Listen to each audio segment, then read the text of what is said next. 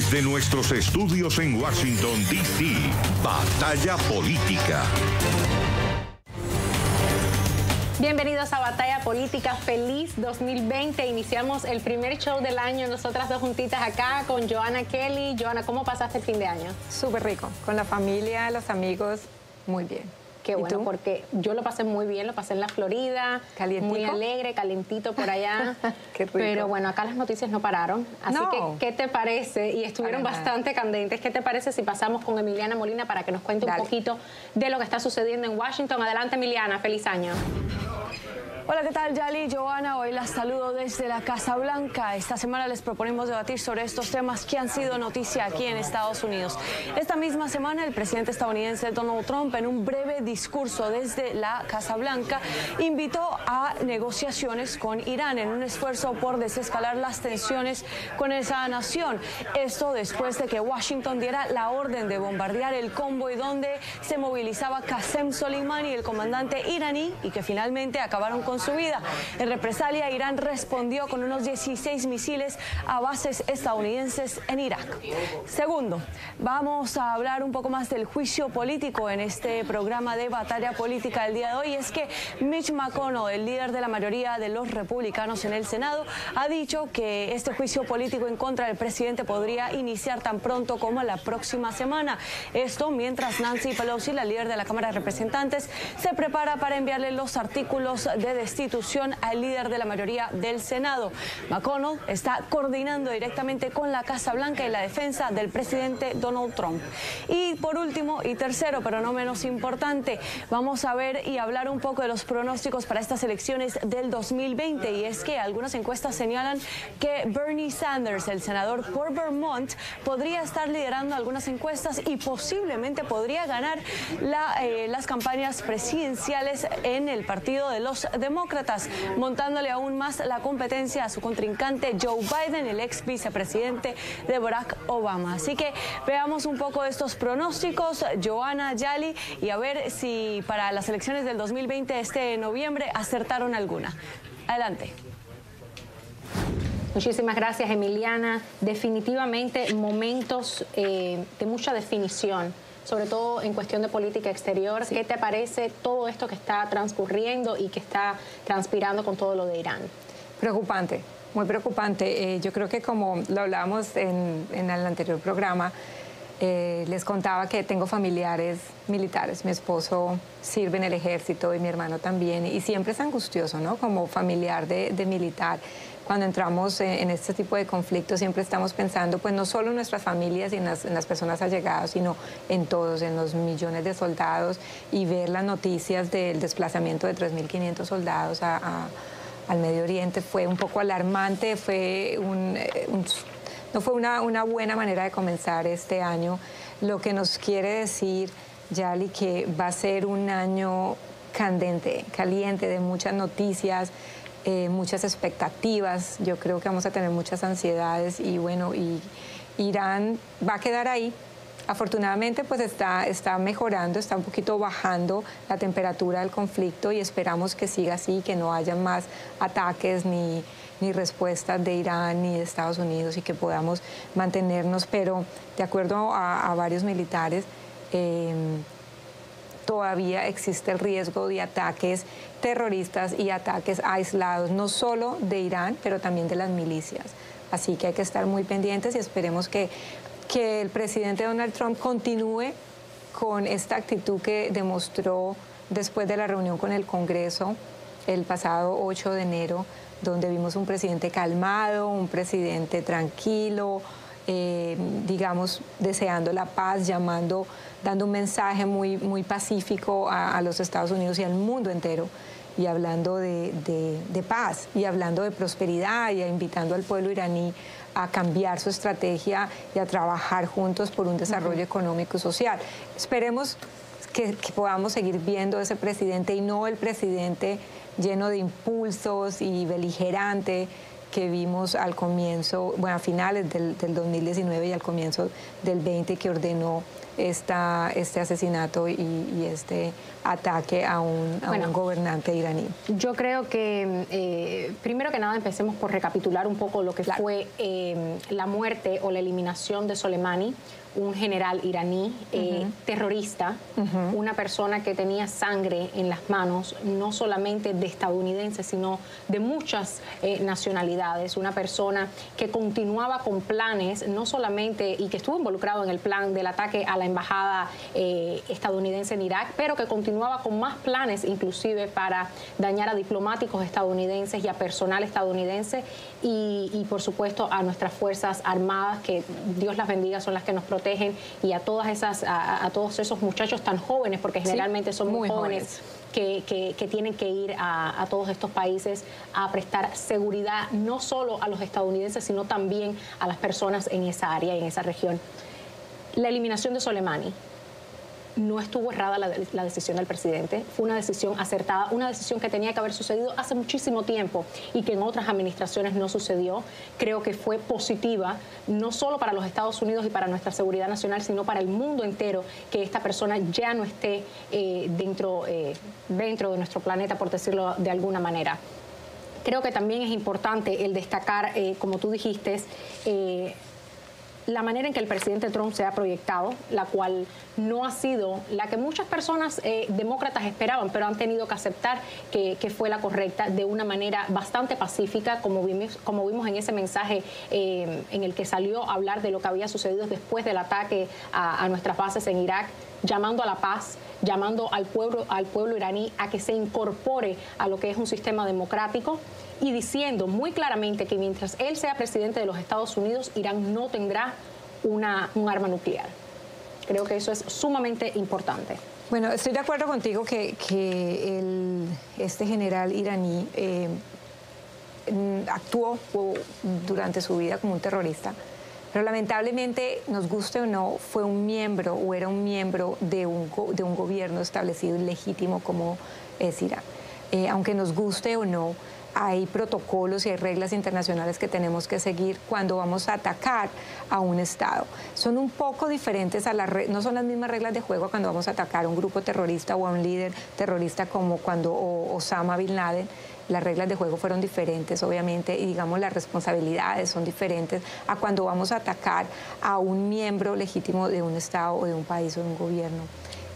Porque las consecuencias pueden escalar a un nivel de guerra, pueden escalar a un nivel no solo de conflicto regional o local, sino a un conflicto a un nivel de guerra mundial, que es el gran temor a desestabilizar regiones y no solo a Estados Unidos y al país al que estemos debatiendo. Y además porque se abre, yo creo que la preocupación de muchos especialistas en derecho constitucional americano y en derecho internacional son las cajas de Pandora que se abren con esto, porque entonces podemos mandar un mensaje erróneo a otros países para intervenir, a otras potencias que también tienen capacidad militar, como lo tiene Estados Unidos, para atacar a países o a gobiernos que consideren terroristas, violentos, violadores de derechos humanos. Y lo decía yo antes en otra conversación. Entonces casi que estaríamos abriendo la puerta para hacer un ataque similar a un presidente como Maduro, o a los Castro,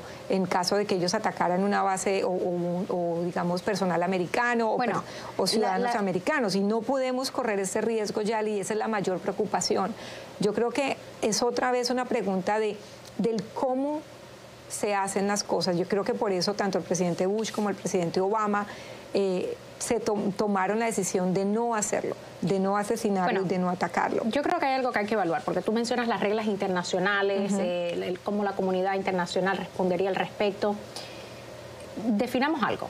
En cuanto a la contribución que se le da a la ONU o a las Naciones Unidas, nosotros somos los que más contribuimos. Aproximadamente creo que el 73% es lo que contribuimos nosotros.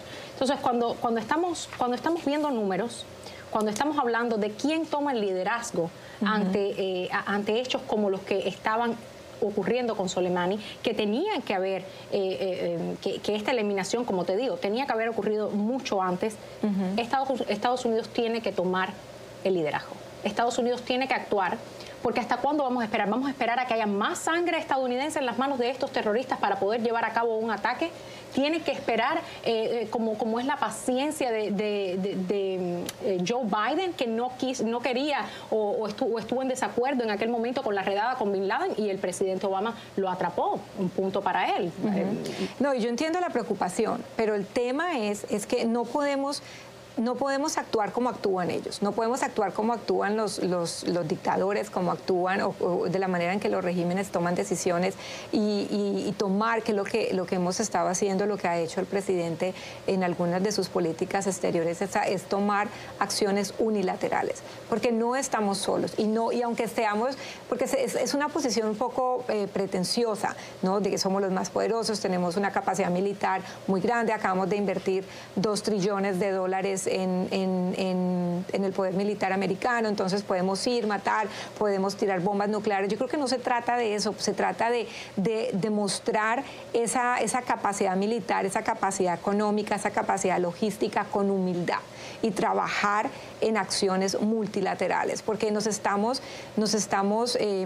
estamos tomando una partida de quedarnos solos a nivel internacional y tenemos, pero no vale la pena. Bueno, el presidente habló sobre la cooperación de NATO, o sea, de la OTAN, en este asunto.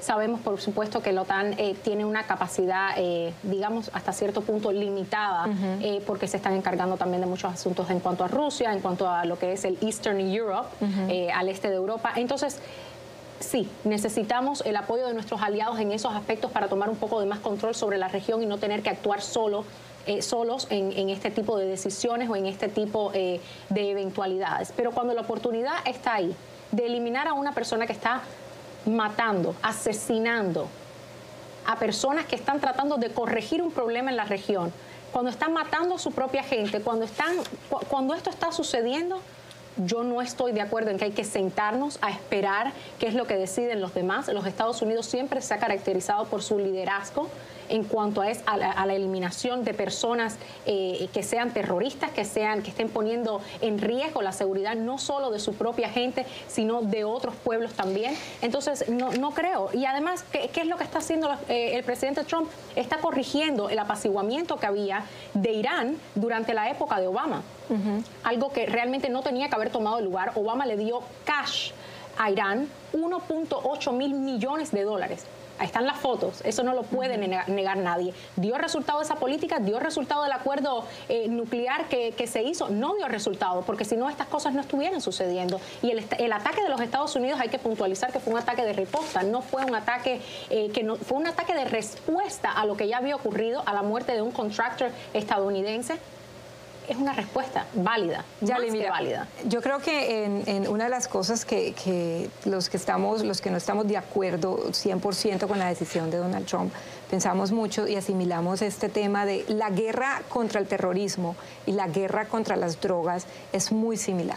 Yo pienso que, y siento que son muchos los que pensamos de esta manera, es que uno de los puntos más importantes cuando se está combatiendo el terrorismo y se está combatiendo las drogas es generar políticas y acciones, tanto de tipo social, política, educativo, militar, para no crear más terroristas y no crear más delincuentes en el tema de drogas y más líderes como Pablo Escobar en el tema de las drogas. ¿Por qué? Porque cuando matamos, asesinamos o abatimos a uno de estos líderes terroristas o líderes de los carteles de la droga, hay 10, hay 20, hay otros haciendo fila para hacerse líderes. Esta guerra tiene un impacto y un fondo mucho más complejo, donde acciones netamente militares no son suficientes, donde se necesitan acciones diplomáticas, acciones sociales, acciones multilaterales de parte de la comunidad internacional, de la Unión Europea, para poder realmente combatir estos temas, porque si no es un tema de nunca acabar, nunca vamos a acabar con el terrorismo. Honestamente, vamos a seguir hablando y tener estos ataques. Yo creo que no tiene punto de comparación realmente el comparar la epidemia que hay por las drogas a los actos terroristas a ¿Hemos acabado masivos. El terrorismo? ¿Cuántos años llevamos combatiendo el terrorismo y continúa? Pero no creo que tiene punto de comparación, porque el problema de las drogas es un problema muy distinto a los actos terroristas como lo del 9/11 o como los que estaba llevando a cabo Soleimani, atacando hay leyes muy específicas y mucho más severas para actos terroristas que para las drogas. Eso, y no digo que no haya que combatirlas, por supuesto hay que combatirlas, pero no tiene punto de comparación. Pero claro que sí, es el mismo tema, es la misma gravedad. Las drogas acaban millones de personas, matan millones de personas. Las drogas financian el terrorismo. Las drogas, por ejemplo, financian los grupos narcoterroristas en Latinoamérica, las guerrillas de las FARC y el ELN. Lo han financiado. Las guerrillas de las FARC y del ELN han trabajado con grupos terroristas del Medio Oriente. Claro, es un tema tan importante y del mismo nivel. Lo que pasa es cuando, lamentablemente, el mundo, y especialmente Estados Unidos, cuando habla de terrorismo, solo se acuerda del 9/11, pero no piensa en el terrorismo que, por ejemplo, sufrió Colombia en los 80, cuando Pablo Escobar derribó un avión con más de 200 pasajeros. Eso es un acto de terror. Eso es terrorismo, pero no lo hablamos. Yo no justifico, eso es narcoterrorismo. Bueno, van ligados. No. Es un problema tan serio. El problema de las drogas es tan serio y tiene tantas consecuencias y derrama tanta sangre como el terrorismo. Pero por supuesto que las implicaciones de las drogas son graves y tienen que ser juzgadas y tienen que ser tratadas con la severidad que merecen, pero no creo que el punto de comparación en este caso es el de un Pablo Escobar con un Soleimani. Es lo mismo. Más allá de las muertes que puede haber provocado los actos que haya cometido Escobar. Ahora, a lo que yo me refiero aquí, en estos momentos, es a lo que está sucediendo con Irán también en general. Acabamos de ver el derribo de un avión que se dirigía hacia Ucrania con 180 pasajeros, creo aproximadamente, 170 y algo pasajeros, sí, personas inocentes, 170. Los cuales parece haber sido confirmado ya por el Pentágono que ha sido derribado por Irán, ya sea por error o por como haya sido. Este es el país con el que estamos lidiando. Obviamente, pero esta es una consecuencia de la decisión de Donald Trump de escalar y de matar o asesinar o abatir a un miembro del gobierno iraní. ¿Qué más se iba a esperar del régimen iraní? ¿Cómo más ellos iban a actuar? Y volviendo al tema de las drogas y el terrorismo, mi comparación va más encaminada a que es un tipo de problema que necesita más que medidas violentas o acciones militares para acabarlo y terminarlo, porque se reproducen y el odio, la discriminación, los ataques raciales generan terrorismo. La pobreza, la falta de educación, la corrupción generan carteles de la droga. Genera criminales que después se dedican al terrorismo y en eso estoy de acuerdo contigo. El tema es que tenemos que pensar en eso. Pero bueno, creo que vamos a estar en desacuerdo en la comparación entre el terrorismo y lo que vendría siendo las drogas y cómo tratar ese tema. ¿Por qué no nos vamos a una pequeña pausa y regresamos con mucho más, que tenemos también en uno de nuestros segmentos una entrevista muy interesante con un experto en Cuba, en Latinoamérica? Excelente. Que se sobran gobiernos, si podemos decir hasta terroristas. Hablemos de la hermosa Cuba, que tengo tantas ganas de ir. Ay, me encantaría. No creo que con este gobierno es el momento, preciso. Pero hablamos un poquito más de eso después de la pausa. Regresamos con más. Continuamos con Batalla Política y Yali, hablemos de nuestro tema preferido. Impeachment. Y el juicio político. Sigamos conversando. ¿Qué va a pasar? ¿Qué va a pasar con Pelosi? ¿Cuándo va a entregar los artículos del juicio político al Senado? Tanta urgencia. Todo era urgente. Necesitamos que esto se desarrolle ya. Necesitamos llevar a juicio político al presidente y ahora retienen una vez más estos artículos del juicio político por parte de Pelosi y los demócratas. ¿Cuál era la urgencia entonces? Si ahora los están demorando. ¿Sabes por qué no quieren llevarlos al Senado? Porque saben perfectamente que no es su arena política, que no es el terreno donde ellos van a poder desarrollar sus trampas y patrañas y que no les va a salir bien la jugada. La respuesta más simple y más clara ni el agua. ¿Qué crees tú? Debiste estudiar Derecho. Debí. Era mi primera opción. Te hubiera contratado, mejor dicho, en la firma de abogados. Las cosas del destino. Pero si quieres cambiar de carrera, te cuento. Pero bueno, excelente abogada, excelente litigante. ¿Qué crees tú de todo esto? Pues tú sabes lo que yo pienso. ¿Qué pienso yo del juicio político y qué pienso de lo que está pasando? Yo pienso que Pelosi y su grupo está generando un poco es una estrategia para presionar a la administración, como hicimos seguimiento en las vacaciones de Navidad y las temporadas de festividades. Muchas noticias relacionadas a correos electrónicos, nueva información, John Bolton diciendo que si lo llamaban a declarar, iba a declarar, a testificar en el Senado. Entonces yo pienso que es una manera de presionar para que el Senado llame a ciertos miembros del gobierno y los obligue a testificar, y para poder traer nueva, y sobre todo utilizar nueva evidencia que está saliendo después de este FOIA o de esta petición, de estos récords que se hicieron públicos a través de una organización que hizo esta solicitud, y han venido saliendo más correos electrónicos, más cartas relacionadas a la llamada. Pero como tú lo dices, entonces, esto es una estrategia, y los está deteniendo precisamente porque sabe que una vez llega al Senado el presidente tendría un juicio justo con los republicanos en el Senado, y que esos testigos que ya se entrevistaron, pero bueno, esos testigos que ya se entrevistaron, pero hay unos que no, lo que se quieren en los diferentes comités. Pero una vez más, por ejemplo, los académicos, pongamos por ejemplo nada más los académicos que estuvieron bajo juramento en todo este proceso en la Cámara. ¿Qué relevancia? Personas que no tenían que no tuvieron acceso a la llamada, que no tienen acceso al presidente, que simplemente estaban ahí para confundir al pueblo estadounidense y dar una opinión, su opinión liberal al respecto. ¿Esto es lo que quieren los demócratas? ¿Eso es lo que ellos llaman un juicio justo? Yo creo que lo que quieren los demócratas, y queremos mucho, es escuchar a personas como John Bolton, es escuchar a personas como el secretario Pompeo, es como escuchar a miembros del gabinete de este presidente y personas que estuvieron durante la llamada en esa oficina escuchando lo que se estaba hablando. Esas son las personas que queremos escuchar, que el Congreso y el Partido Republicano no quiere llamar a juicio, no quiere llamar a testificar, y el pueblo americano necesita escuchar eso, y si no hay nada que esconder, ¿cuál es el problema? ¿Por qué no? Este es el único problema. Este es el único problema, y lo sabes tú como abogada. El Senado va a evaluar los documentos que se llevaron a cabo en la Cámara. ¿Por qué variarlos? Ahora, a esta hora, a última hora, es que quieren cambiar las cosas. Eso sin hablar. Y ya estamos hablando ahora de esos documentos. Eso sin hablar de que Nancy Pelosi también salió ahora recientemente con sus cambios legislativos que ella quisiera efectuar para modificar. Para limitar los poderes del presidente Trump. Exactamente, en cuanto a acciones militares. Continuamos. Este presidente es muy inestable. Su personalidad Joana, en los momentos, sus emociones cambian muchísimo. Hay un video que puso y insto a todo nuestro público a que vaya al Instagram del presidente y lo vea.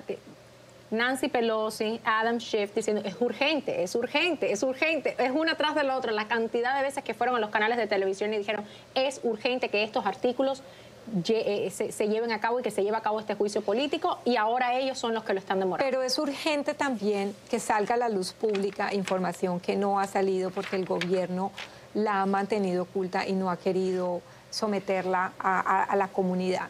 Declaraciones, como repetí, de personas que estuvieron presentes en esa declaración son fundamentales, y la verdad, como abogada te digo que cuando mi cliente o tengo un testigo que no es un buen testigo, no lo voy a llevar a corte a testificar. Cuando mi cliente puede decir cosas que nos van a perjudicar en el caso, no lo voy a poner a testificar.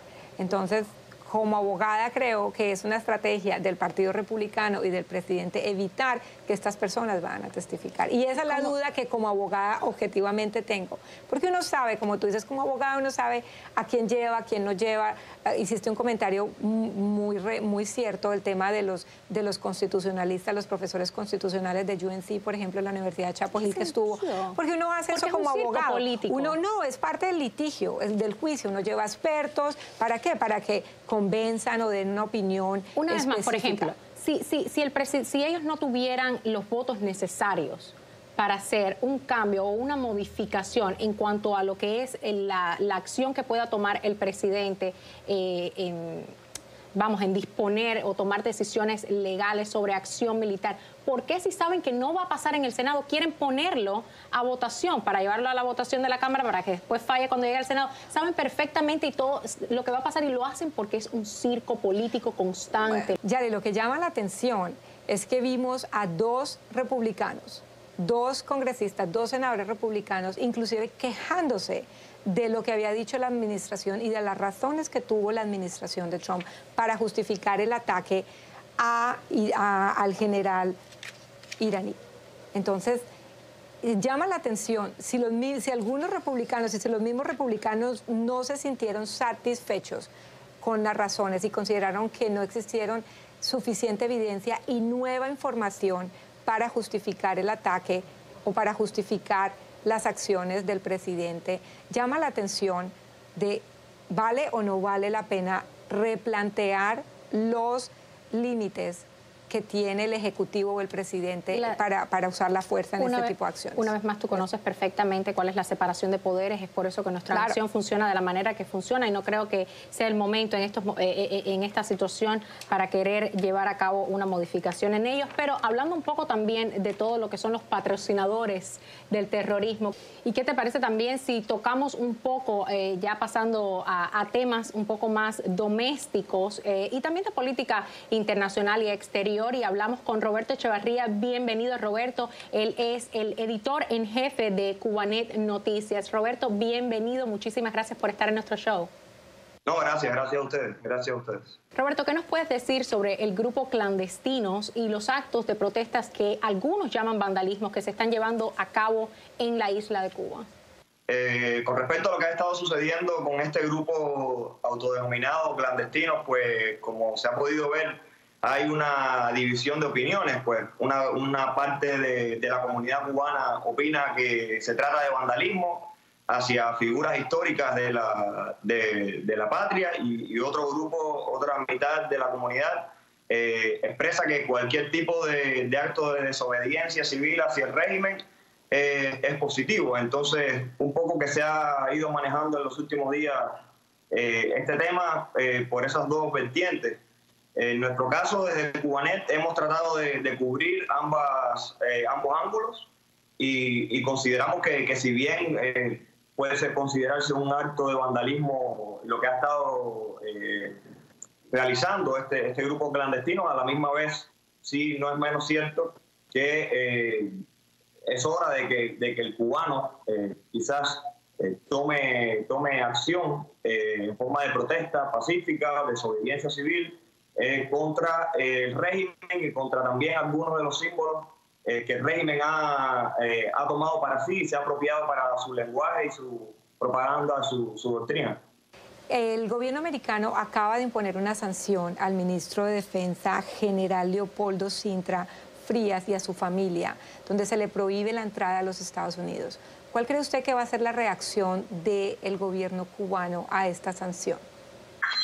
Bueno, el gobierno cubano ya ha reaccionado. Hace unos días el canciller Bruno Rodríguez expresó que estas sanciones tenían un efecto bastante insulso, bastante nulo, pues como sabemos el ministro de Defensa cubano no efectúa viajes a los Estados Unidos, pero se puede tomar también como una sanción, como un mensaje que envía la administración Trump hacia el régimen, de que no va a permitir que figuras como el ministro de Defensa o los hijos de Raúl Castro tengan la posibilidad o la oportunidad de viajar a tierras de libertad, a un país democrático y ejemplo como es Estados Unidos, más allá de si la medida es más o menos efectiva o tiene más resultados o menos resultados en la práctica. Entrando un poco en materia con el tema de Venezuela, ¿qué te parece que los Estados Unidos estaría dispuesto a apoyar un grupo de transición o un gobierno de transición y a convocar elecciones democráticas en Venezuela? Bueno, el tema venezolano ha tenido muchos, digamos, desenlaces, ¿no? en los últimos tiempos. Si la administración del presidente Donald Trump estima que esta puede ser una vía para salir de la dictadura nefasta y terrible que es el régimen de Nicolás Maduro, pues habría que ver qué resultados puede dar esta empresa, pero a ciencia cierta todo lo que se ha logrado, todo lo que se ha tratado hasta el momento, todo lo que se ha intentado realizar con respecto a la situación crítica que vive Venezuela ha sido infructuoso y no estaría de más quizás dar una oportunidad a nuevas estrategias, a nuevos caminos, nuevas maneras para ver si el continente y el gran pueblo venezolano y Cuba también sale de un régimen tan terrible como es el chavista. Roberto, teniendo en cuenta su experiencia, ¿cuál cree que sea la razón o el interés que tenga Rusia en Venezuela? Bueno, esto es un tema, como todos sabemos, que data de mucho más atrás. La disputa entre Estados Unidos y un gigante como Rusia a nivel geopolítico viene de décadas, incluso desde los tiempos de la Unión Soviética, sobre un posicionamiento a nivel regional, no solo en el continente, sino a nivel mundial, ¿no? Rusia, por supuesto, juega sus cartas para tener una mejor posición, un aliado más afín con la ideología, con la línea que maneja el gobierno de Putin, y este aliado en este caso es Nicolás Maduro. Por tanto, Rusia no va a apoyar o tratará de mantenerse con cierta distancia de cualquier tipo de política que signifique la salida o caída del régimen chavista. Pasando un poco a temas domésticos, Roberto, ¿qué te ha parecido la acción o la reacción del presidente Trump en cuanto a este tema de Irán y sus agresiones? Bueno, aquí hay dos cosas que son muy claras. Una, Irán no es un gobierno democrático, no es un gobierno que va por el mundo o ni siquiera en su región tomando acciones positivas para el crecimiento y el desarrollo humano de su país o de los países alrededor. Es un país que ha fomentado el terrorismo, que ha fomentado la violencia en la región y ha desestabilizado la región en todo momento. Y otra cosa bien clara es que la medida o las palabras que dio el presidente Trump ayer fueron una buena noticia para el mundo, que temía una reacción o una respuesta ante el ataque de misiles que ocurrió la noche anterior a una base estadounidense en Irak. Fue una buena noticia que el presidente dijera que no hubo bajas y que aparentemente no va a haber ningún tipo de respuesta militar, que va a quedar todo ahí, y que lo que vendrán serán sanciones económicas. Y a partir de ahí, pues, esperemos que Estados Unidos mantenga una línea coherente, una línea de raciocinio y de evitar que un conflicto bélico a gran escala se dé nuevamente en el Medio Oriente. Roberto, ¿qué tipo de acciones crees que la comunidad internacional debe tomar para evitar que países como Rusia, Cuba y China intervengan en los asuntos de Venezuela? Bueno, yo honestamente te digo que es muy desesperanzador lo que han hecho hasta el día de hoy organizaciones como Naciones Unidas u otras organizaciones internacionales que a lo largo de los años han estado penetradas y han tenido una gran presencia de países como Cuba, de dictaduras como Cuba, de dictaduras como dictaduras del Medio Oriente, de países como Rusia. Estos organismos internacionales lamentablemente no tienen mayor influencia en lo que ocurre en países como Venezuela. Entonces, a partir de ahí es bastante pesimista mi visión de cualquier tipo de protagonismo que pueda tener tanto la ONU como otra organización internacional, más allá de un mensaje político que puedan enviar con resoluciones o temas similares, pero en la práctica son organizaciones que tienen cero influencia. Al contrario, en muchas ocasiones han sido aliadas y han sido cómplices de lo que ha sucedido en países, en dictaduras como Cuba, de lo que ha sufrido el pueblo cubano y de lo que sufre hoy el pueblo venezolano. Y quedándonos ya más en casa con este asunto, ¿qué opinión te merece que Nancy Pelosi y los demócratas del Congreso estén demorando los artículos de impeachment o de juicio político para que lleguen al Senado?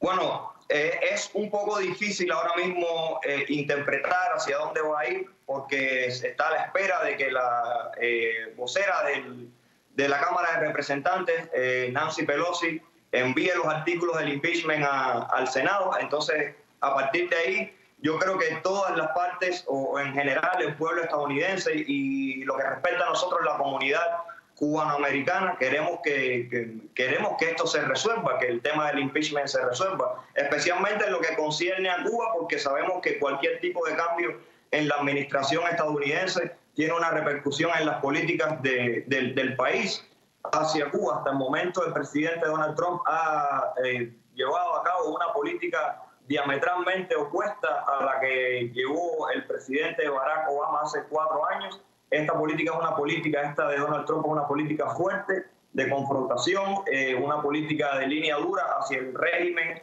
hacia la dictadura cubana, y por supuesto esperamos que el asunto del impeachment se resuelva lo antes posible para poder visualizar hacia dónde pueden ir las políticas de Estados Unidos con respecto a Cuba y también con respecto a Venezuela. Roberto Echevarría, muchísimas gracias por tu participación y opiniones acá en nuestro show de Batalla Política. No, gracias a ustedes, gracias a ustedes. Y ustedes no se vayan, que regresamos con mucho más de Batalla Política. Ya estamos de regreso con más Batalla Política y yo creo que con los pronósticos de lo que nos trae este 2020, ya sea en economía, política exterior. ¿Quieres tocar política exterior tú primero? Saquemos la bolita mágica, pongámosla. Y veamos a ver qué... Comencemos y empecemos a leer el futuro del 2020. ¿Qué va a pasar? Bueno, mi primer pronóstico. El primer pronóstico que tengo es relacionado a la política exterior del presidente Trump. Creo que va a ser un tema candente, un tema muy interesante. Vamos a tener diferentes actividades, acciones, por ejemplo, a nivel de aranceles, guerras arancelarias. Vamos a ver la segunda parte de China versus Estados Unidos. ¿Qué va a pasar con esto? Y ahora, no sé si has escuchado las noticias, pero parece que vamos a empezar una guerra arancelaria con Francia. Así que si eres una fan de los quesos y los vinos, pon mucha atención porque el presidente Donald Trump acaba de anunciar 2.400 millones de dólares para responder como una tarifa arancelaria a los quesos, vinos, maquillaje y otros productos, como una respuesta también a los aranceles que puso el presidente Macron a los servicios prestados por Google, Apple y Amazon. Entonces yo creo que el tema con China, el tema con algunos países europeos, Irán, creo que no se va a acabar, va a seguir durante el 2020. Vamos a tener a un presidente Trump en elecciones con un tema muy fuerte enfocado con Venezuela y Cuba. Yo creo que tratando de ganar ese voto en Florida de voto latino, utilizando el tema del comunismo y del socialismo. Esa es una de mis predicciones, Yali. Cuéntame la tuya. Creo que totalmente las sanciones hasta el momento nos han funcionado. Hemos visto inclusive en el tema de inmigración también cómo han funcionado esa estrategia del presidente Trump en cuanto a sanciones. Se trata cuando los países no responden a lo que es su política exterior. Creo que lo vamos a ver precisamente con Irán. Veremos cómo se desarrolla esto en la estabilización que ha estado llevándose a cabo durante todo este 2019 de los mercados y del petróleo también. Creo que definitivamente la economía de los Estados Unidos ha marchado bien. Durante toda la administración del presidente Trump se han visto números de desempleo realmente sin precedentes y creo que esperemos que los podamos continuar viendo, pero sí creo que ningún progreso tiene el precio de lo que es políticas que establezcan la democracia en el resto del mundo, y creo que con las sanciones de Irán precisamente es algo que vamos a ver que se van a implementar, porque sabemos que cada país que le toca en el bolsillo rápido salta a la palestra y dice no, esperen, ¿saben qué? Vamos a trabajar con Trump al respecto. Entonces, esperemos que la economía continúe progresando. Creo que ese es uno de los caballos de fuerza del presidente para este próximo ciclo electoral del 2020. Por supuesto que auguro un buen triunfo para el presidente Trump, especialmente viendo lo desastroso de las políticas que proponen los demócratas, como tú bien mencionas, una guerra total contra todo lo que sea socialismo y comunismo, una guerra abierta y total. Esperemos que con el tema de Venezuela, este inicio de lo que pueda ser un gobierno de transición en las negociaciones se inicie, se pueda llevar a cabo de una manera exitosa para el pueblo venezolano, para que ya dejen de sufrir, porque realmente lo que se ha visto con Venezuela ha sido inexplicable.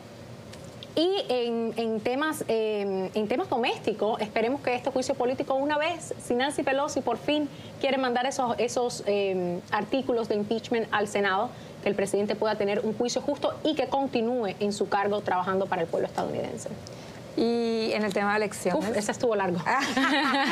El otro pronóstico, como acabas de decir, este año es un año electoral. Así que a comprar palomitas de maíz y ponernos al frente de la televisión porque los debates electorales van a estar... ¿Crees que está tan divertido como el 2016? Va a estar muy divertido, va a haber muchísimo material, muchísimos temas, sí. El tema de salud, el tema de inmigración, yo creo que va a estar bien candente, en este momento el presidente Trump es un presidente que genera mucha polémica, así que tenemos más y más personas. Eso no va a cambiar. No va a cambiar, se va a poner, por eso le digo, más caliente, se va a poner más interesante, por eso hay que comprar palomitas de maíz para mirar todos los debates.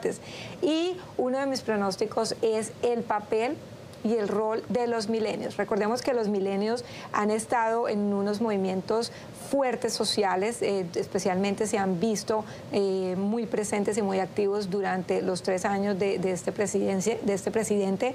Y recordemos las edades de los milenios, son de 1980 al año 2000, comienzo del 2000, así que todos están en edad electoral.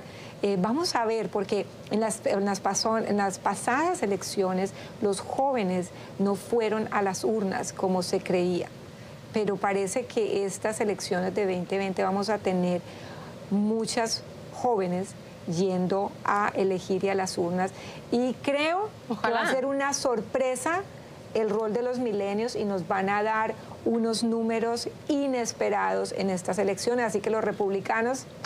Hay que estar pendiente porque milenios pertenecen más a los demócratas o de centro. Y hacemos una pequeña pausa, pero regresamos con nuestro acuerdo, así que usted no se vaya, que regresamos con más de Batalla Política. Regresamos con más Batalla Política y ahora vamos al acuerdo, Yali. Y quiero darle un mensaje a todos nuestros televidentes sobre este año electoral, especialmente a las personas de Estados Unidos. Este año electoral va a ser un año de mucho conflicto y yo creo que, y me gustaría que estuvieras de acuerdo conmigo, en que tenemos que debatir con mucha madurez, que tenemos que hacer que nuestras diferencias políticas, ideológicas nos traigan juntos, así como nos traen juntas, para que hagamos este programa tan bonito, que todos los americanos y todos los estadounidenses se puedan unir en buscar el bien común y los intereses comunes que es esta nación, y que las diferencias de ser demócratas o republicanos no nos aíslen, porque estamos demasiado distanciados en este momento. Tenemos un país polarizado, un país donde nos estamos envenenando los unos con los otros con nuestros comentarios y nos estamos agrediendo. Y sería muy bueno que lleváramos este mensaje para que el pueblo americano se una en estas elecciones y busquemos un acuerdo común y podemos tener un proceso democrático en paz y con más tranquilidad y sin tantos odios y polarización. Me parece muy bonito, me parece que sería lo ideal, me parece también un poco idealista con lo que sé que viene este 2020, pero estoy de acuerdo contigo, creo que los debates se deben dar de una manera respetuosa, que más allá de tomar partido, a pesar de que yo trabajo para un partido político, creo que debemos centrarnos en lo que son las necesidades del pueblo estadounidense y no tanto en juegos políticos. Pongamos de una vez y por todas a descansar este gran circo político que hay. Dejemos que el presidente se concentre en lo que tiene que concentrarse, que es en sacar esta nación adelante. Esperemos que este sea un año de paz, a pesar de que ha empezado de una manera bastante caliente. Violenta. Bastante violenta. Esperemos que podamos ver más... un consenso más profundo en lo que sean los diferentes temas políticos que se van a estar llevando a cabo, porque hay muchas cosas todavía que solucionar, a pesar de que esta administración se ha encargado de mucho. Todavía hay mucho más que se debe y se puede hacer si los republicanos, nosotros y los demócratas, ustedes, nos sentamos en una mesa, hablamos de una manera sabia y llegamos a conclusiones que realmente puedan traer un progreso para los estadounidenses. Y esperemos que este presidente continúe con este presidente que vimos hace unos días, hablando sobre Irán, que continúe con esa faceta presidencial que yo creo que nos puede unir y traer a una mesa de consensos para este 2020. Ojalá que él dé el primer paso, ojalá que lo dé, no solo para ser reelegido por sus propios intereses, sino por Estados Unidos. Esperemos que así sea. Joanna Kelly, siempre un placer. Nos vemos aquí en nuestro próximo show. Claro que sí. Y ustedes regresen el próximo domingo, que aquí los esperamos con mucho más Batalla Política. Muchas gracias por la sintonía.